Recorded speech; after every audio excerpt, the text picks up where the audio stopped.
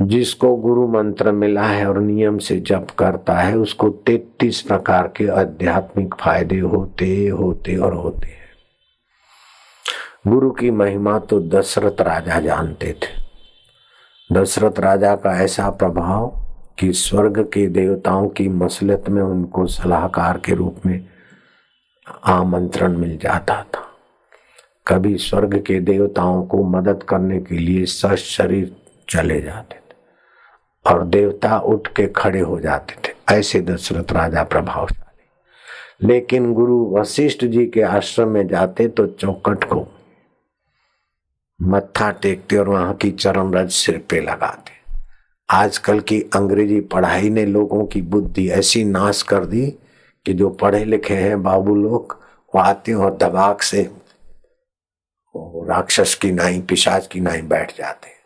इतनी भी शर्म नहीं आती कि सत्संग करने वाले संत के हृदय में भगवान की करुणा कृपा छलक रही है, प्रणाम करके बैठना चाहिए। तो उनको वैसा फायदा नहीं होता जितना नम्र दशरथ को फायदा हुआ। हम भी जाते तो गुरु के सत्संग में तो मत्था टेक के बैठते थे। कुछ आवारा दिमाग के लोग ऐसे ही आके बैठ जाते मानो कोई बड़े विद्वान है। अरे मूर्ख, तू क्या पढ़ा है, तेरे पास क्या है डिग्रियां?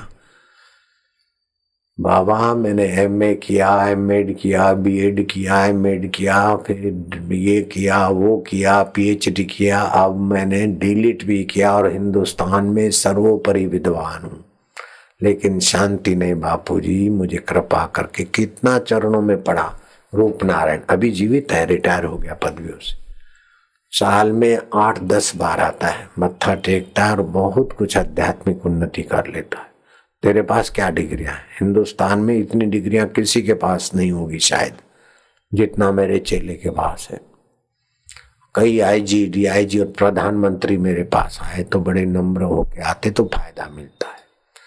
जो घमंडी होते हैं उनका सिर नहीं झुकता। भगवान क्या खाते, भगवान का खुराक क्या है, भगवान क्या करते हैं, क्या खाते हैं और क्या चाहते हैं, इसका पता लगाओ।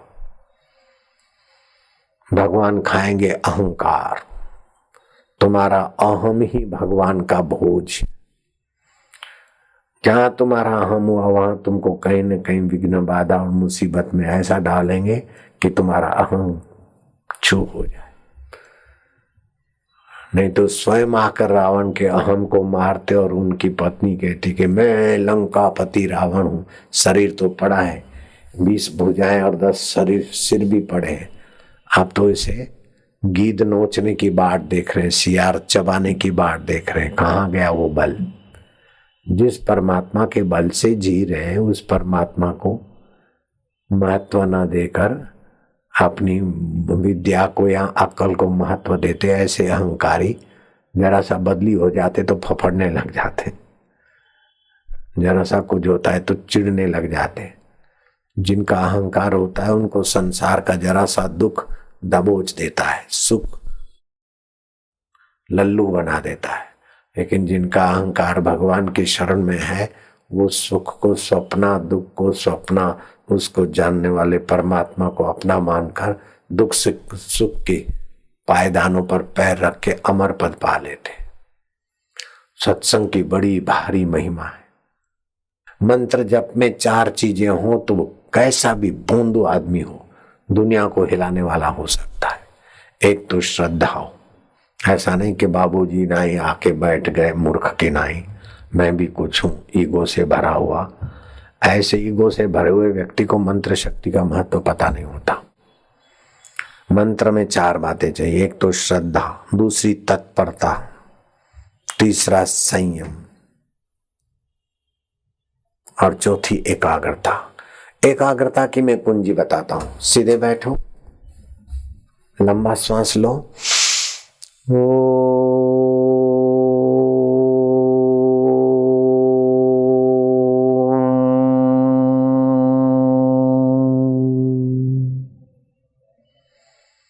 अथ ओमकार मंत्र, बोलो ओमकार मंत्र, गायत्री छंद, गायत्री छंद, परमात्मा ऋषि, परमात्मा ऋषि, अंतर्यामी देवता, अंतर्यामी देवता, अंतर्यामी प्रीति अर्थे, अंतर्यामी प्रीति अर्थे, जपे विनियोग। हे विनियोग। मैं अंतर्यामी परमात्मा को पाने के लिए, उनकी प्रीति के लिए जप करता हूँ। हरि ओम।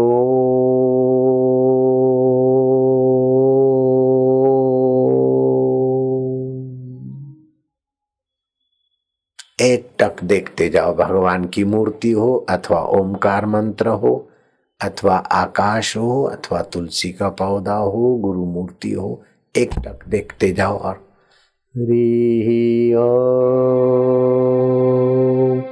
जो पापी होगा नहीं बोलेगा, जिसके सिर पर पाप होगा और अहम होगा वो नहीं बोल सकेगा, और जो बोलता है तो समझ लो भगवान की कृपा हो रही है। हरि ओम।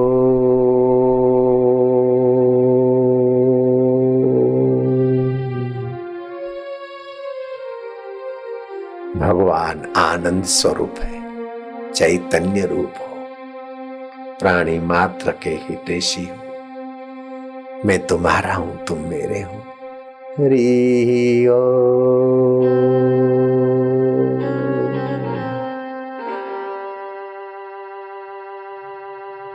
हृदय भगवत भक्ति से, प्रेम से भरता जाएगा। प्रभु जी ओम।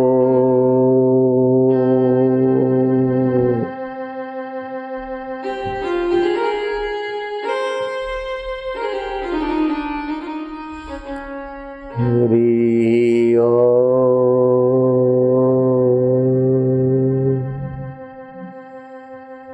तुम्हारा चिंतन भय को नाश करता है, दुर्मति को हरता है और अपना सामर्थ्य भरता है। प्रभु भय नाशन दुर्मति हरण, कली में हरि को नाम, निश दिन नानक जो जपे, सफल हो वही सब काम।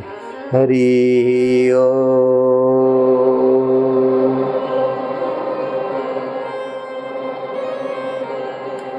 आयु आरोग्य और पुष्टि देने वाले प्रभु, हे नित्य नवीन रस देने वाले दाता, गुरु की कृपा से ही मैं तुम्हारी महिमा के प्रसाद में प्रवेश पा रहा हूं।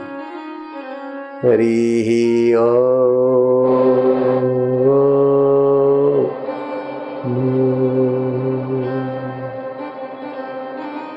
मधुर शांति, सुखद शांति, भगवतीय शांति। हरि ओम। जिसके पाप बहुत जोर करेंगे वो बैठ नहीं सकता, उसके पाप उसको उठा के ले भागेंगे।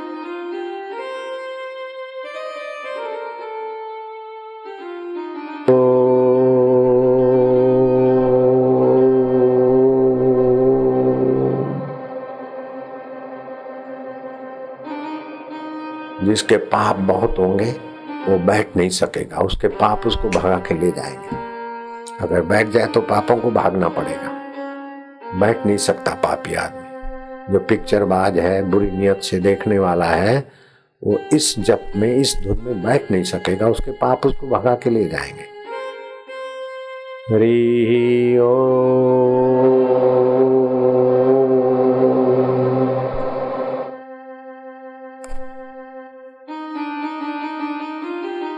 जो बैठे उन पर भगवान की विशेष कृपा है, उसको धन्यवाद दो प्रभु, हमें बैठने में आप सफल बना रहे हैं देव।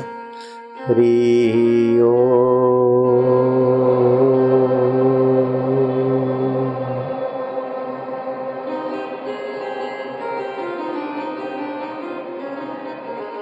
आनंद देवा,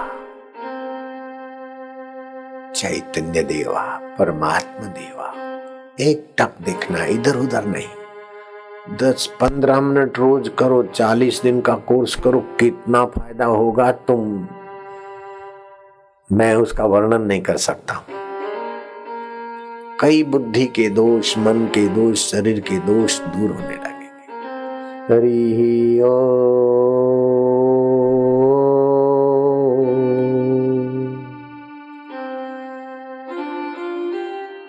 अति पुण्य आत्मा है, लाख काम छोड़कर भी बैठा रहेगा। हरि शांति, आनंद, माधुर्य।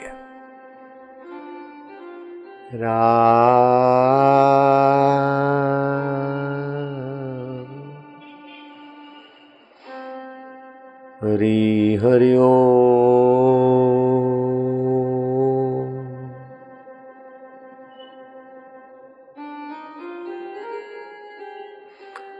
15 मिनट रोज विद्युत का कुचालक आसन बिछाकर पूर्व अथवा उत्तर की तरफ मुंह करके बैठो, बहुत लाभ होगा। शौचालय में माला पहन के न जाएं, अगर गए हैं तो माला सहित स्नान कर लेना और माला को फिर से धोकर पीपल के पत्ते पर पूजन करके गले में धारण करना। जिनकी उम्र ज्यादा हो गई है वे घर वालों को बोल दें कि जब मृत्यु आए तो हमारे गले में माला पड़ी रहे, अगर नहीं भी हो तो गले में माला डाल देना। जिसके गले में गुरु मंत्र जप की हुई माला है उसके ऊपर बाहर की अनर्थकारी चीजों का प्रभाव कुप्रभाव नहीं पड़ता। कल एक प्रिंसिपल मेरे पास आई और खूब अनुनय विनय करने लगी कि हमारे पाली में जहाँ से सुमेरपुर रास्ता जाता है, सोजत जाता है, उस जगह पर एक्सीडेंट होते हैं और जो एक्सीडेंट होता है वहाँ व्यक्ति मर जाते हैं। हमारे स्कूल के 4 बच्चे भी वहीं मर गए।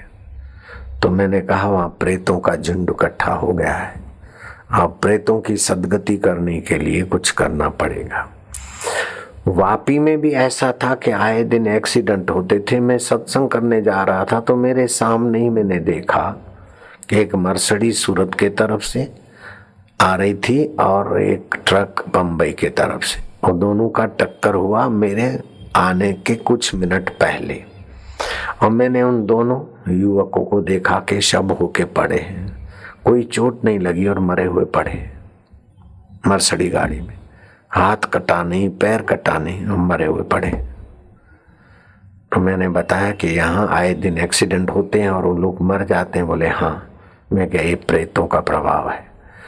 जिन्होंने दीक्षा ली थी उनको मैंने कहा कि कोई इतवार के दिन सब इकट्ठे होकर अपना गुरु मंत्र की 10-10 माला उस जगह पर करना और फिर प्रेतों की सदगति का मंत्र दिया। मैंने क्या, वो मंत्र जपते आहुति देते जाना ताकि वो प्रेत योनि से मुक्त हो जाए। प्रेत दूसरों को मिसगाइड करके एक्सीडेंट कराते हैं।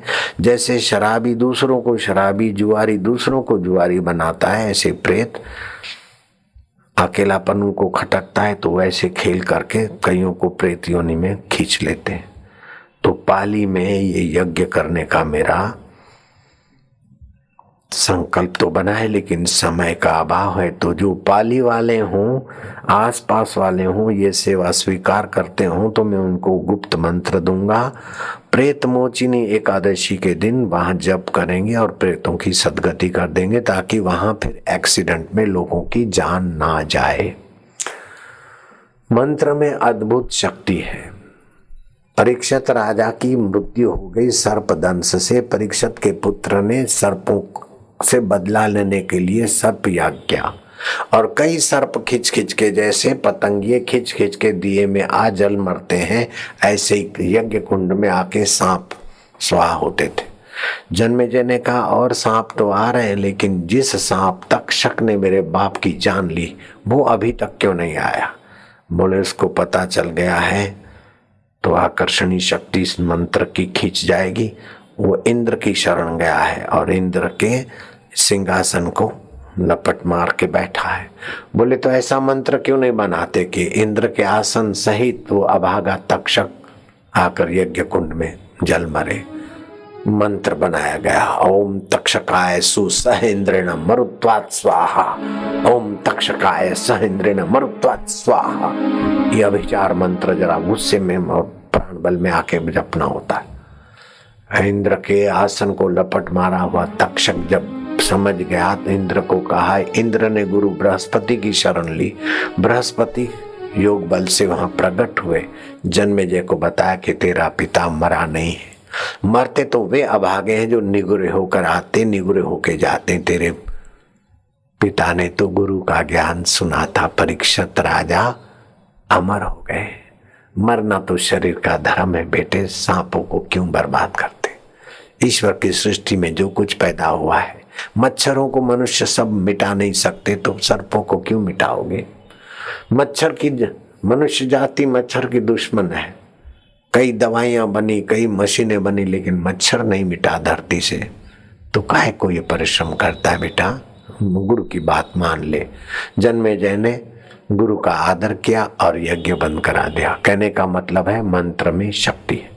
जब आप दिया जलाते हैं तो मंत्र का प्रभाव व्यापक हो जाता है। धूप बत्ती और दिया जला के करते हैं तो जैसे छोंक में अग्नि का संपर्क होते ही आपके जीरे की सुगंध, राई मेथी का प्रभाव फैल जाता है, लहसुन का, ऐसे ही मंत्र यज्ञ करते हैं तो मंत्र का प्रभाव व्यापक हो जाता है।